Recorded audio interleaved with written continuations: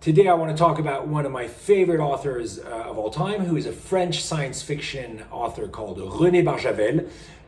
And the book I want to talk about is La faim du tigre, The Hunger of the Tiger. It's not actually a novel, it's a nonfiction about his views on science, religion, philosophy, and so on. Before we get into the book, let's talk a little bit about the author himself. Barjavel was a 20th century science fiction writer in France. He was immensely popular in France. He was the leading writer of sci-fi in the 20th century. It's very surprising that his books haven't traveled that much outside France because they're very accessible, they're very fun, you can't put them down.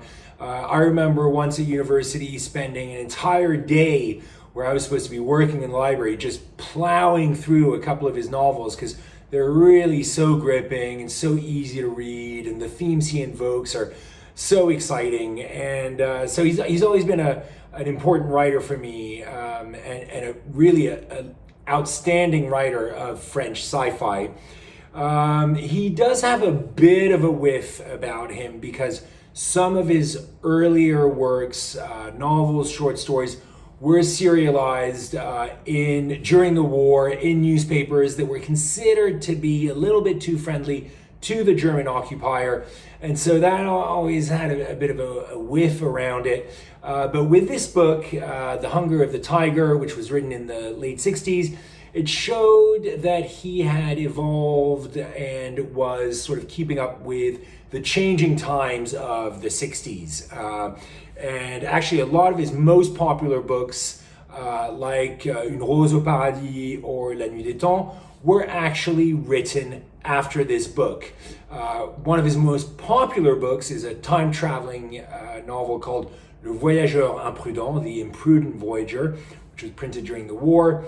And that is about a time traveler who goes to the past and murders his own grandfather. So it was one of the first works to raise what's called the grandfather paradox, i.e. if you travel back in time and you kill your grandfather, can you be alive, and so on. So it's Back to the Future before Back to the Future. Anyway, this book, La faim du tigre, is really an in-depth interrogation on mankind and what drives mankind. And he starts off really by demonstrating in a very scientific way that man is really the result of forces way beyond his or her control, that we are really products of biology, products of cosmic forces of evolution and reproduction that we cannot control. We may well think we are in control of our emotions, of our actions, and so on, but we really aren't. So this raises plenty of questions, of course, around free will and determinism. It seems to be a recurring theme in the books I'm reading these days. But it's really a sort of more advanced look at Darwinism and what evolution is about and how we really are captives of these forces of the gene, which is something, of course, that would be explored more in depth by Richard Dawkins about 10 years later in his book, The Selfish Gene. So man is a product of the species, and of course, part and parcel of that existence as a species is incommensurate violence around our existence that is often self-inflicted, and he gives examples of violence that some species inflict on themselves.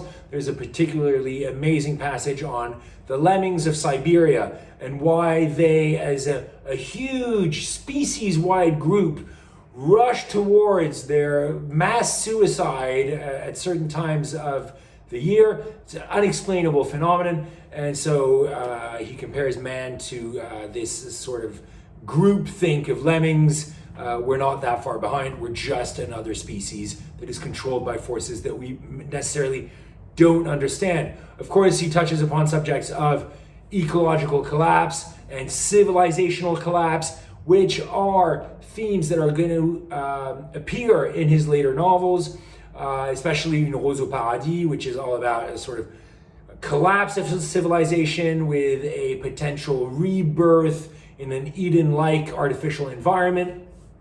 So you can see how this feeds into his later novels.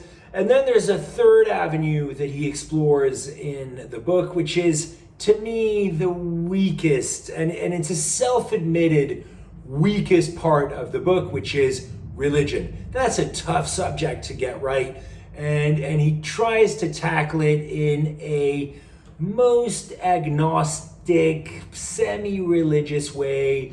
What he says is basically that there is a God, that the truth with a capital T of the verb with a capital V has been buried under the mountains of centuries of man's knowledge and lies around this question, that the whole institution of the church, or churches of organized religion, have buried the most fundamental, essential elements of religion and theology under again, a mountain of lies that now makes this beautiful subject of theology virtually impenetrable. And therefore, you cannot really call it God. But despite this mountain of lies, you cannot look at all these cosmic forces that form our lives, form our species, our world, our universe, and not think that there is some form of intelligence, some form of being behind all this creation, that it simply cannot be from nothingness. There has to be some sort of force. And in that sense, I felt that he was sounding a lot like American creationists who deny the theory of evolution and say, look, there's got to be some sort of intelligent design out there. It can't all be due to chance. Like Einstein said, God doesn't play with dice, or whatever the quote was, I forget at this point. But he admits that he's on weak ground when he's talking about God. He admits that he's not necessarily an expert on the subject. And so, that is forgivable in a way. What I loved about this book is that essentially it is one of the ancestors, a pioneering ancestor, to books that are very popular today, like *Sapiens*, for example, that looks at the history of man, the forces that guide man, the forces of history, of science that have shaped our world and our universe.